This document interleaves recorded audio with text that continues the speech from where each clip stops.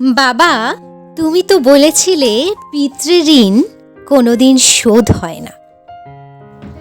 তুমি ২৬ বছরে আমার পেছনে যত টাকা খরচ করেছ, তুমি কি জানো আমি আগামী ৩ বছরে সে টাকা তোমায় ফিরিয়ে দিতে পারবো?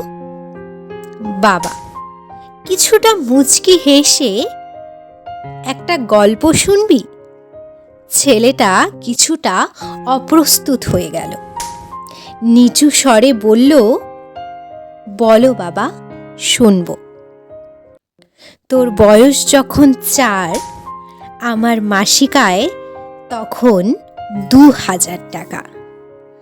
ওই টাকায় সংসার চালানোর কষ্ট বাড়ির কাউকে কখনো বুঝতে দেইনি। আমি আমার সাধ্যের মধ্যে সব সময় চেষ্টা করেছি তোর মাকে সুখী করতে। তোকে যেবার স্কুলে ভর্তি করলাম, সেবারই প্রথম আমরা দুজন, মানে আমি আর তোর মা, পরিকল্পনা করেছি আমরা তোর পড়ার খরচের বিনিময়ে কি কি ত্যাগ করব। সে বছর তোর মাকে কিছুই দিতে পারিনি আমি।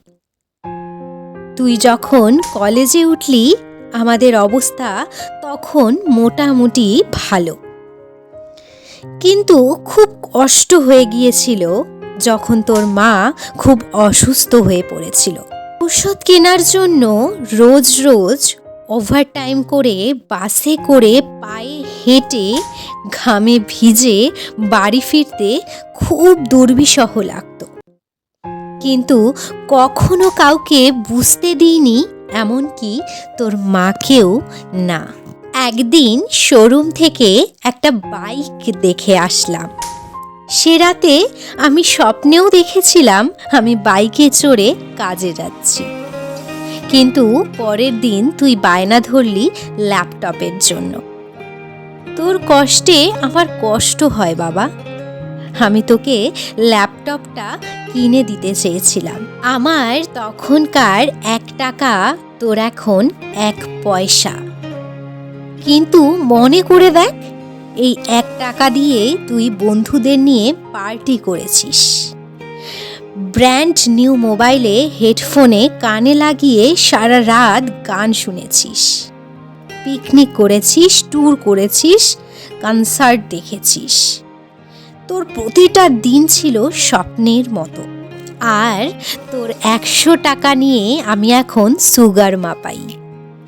জানিস আমার মাছ খাওয়া নিষেধ, মাংস খাওয়া নিষেধ। কি করে এত টাকা খরচ করি বল তোর টাকা নিয়ে? তাই আমি কল্পনার হাট বসাই। সে হাটে আমি বাইক চালিয়ে সারা শহর ঘুরে বেড়াই, বন্ধুদের নিয়ে সিনেমা দেখতে যাই, তোর মায়ের হাত ধরে তাঁত মেলায় ঘুরে বেড়াই। বাবারা নাকি খারুশ টাইপের হয়। আমিও আমার বাবাকে তাই ভাবতাম। পুরুষ থেকে পিতা হতে আমার কোনো কষ্ট হয়নি, সব কষ্ট তোর মা সহ্য করেছে। কিন্তু বিশ্বাস কর, পিতা থেকে দায়িত্বশীল পিতা হওয়ার কষ্ট একজন পিতাই বোঝে। যুগে যুগে সর্বস্থানে মাতৃবন্দনা হলেও পিতৃবন্দনা কোথাও দেখেছিস? পিতৃবন্দনা আমি আশাও করি না। সন্তানের প্রতি ভালোবাসা কোনো পিতা হয়তো প্রকাশ করতে পারে না, তবে কোনো পিতা কখনোই সন্তানের প্রতি দায়িত্ব পালনে বিচ্যুত হয় না। আমি তোর পেছনে আমার যে কষ্টার্জিত অর্থ ব্যয় করেছি, তা হয়তো তুই ৩ বছরে শোধ দিতে পারবি, কিন্তু যৌবনে দেখা আমার স্বপ্নগুলো, যে স্বপ্নের কাঠামোতে দাঁড়িয়ে তুই আজ তোর ঋণ শোধের কথা বলছিস, সেই স্বপ্নগুলো কি আর কোনোদিন বাস্তব রূপ পাবে? আর যদি বলিস বাবা আমি তোমার টাকায় না, তোমার ভালোবাসায় তোমাকে ফিরিয়ে দেব, তাহলে বলবো বাবাদের ভালোবাসা কখনো ফিরিয়ে দেওয়া যায় না। তোকে একটা প্রশ্ন করি, ধর তুই, আমি আর তোর খোকা ৩ জন এক নৌকায় বসে আছি। হঠাৎ নৌকাটা ডুবতে শুরু করলো। যে কোনো একজনকে বাঁচাতে পারবি তুই। কাকে বাঁচাবি? ছেলেটা হাজার চেষ্টা করেও এক চুল ঠোঁট নাড়াতে পারছে না।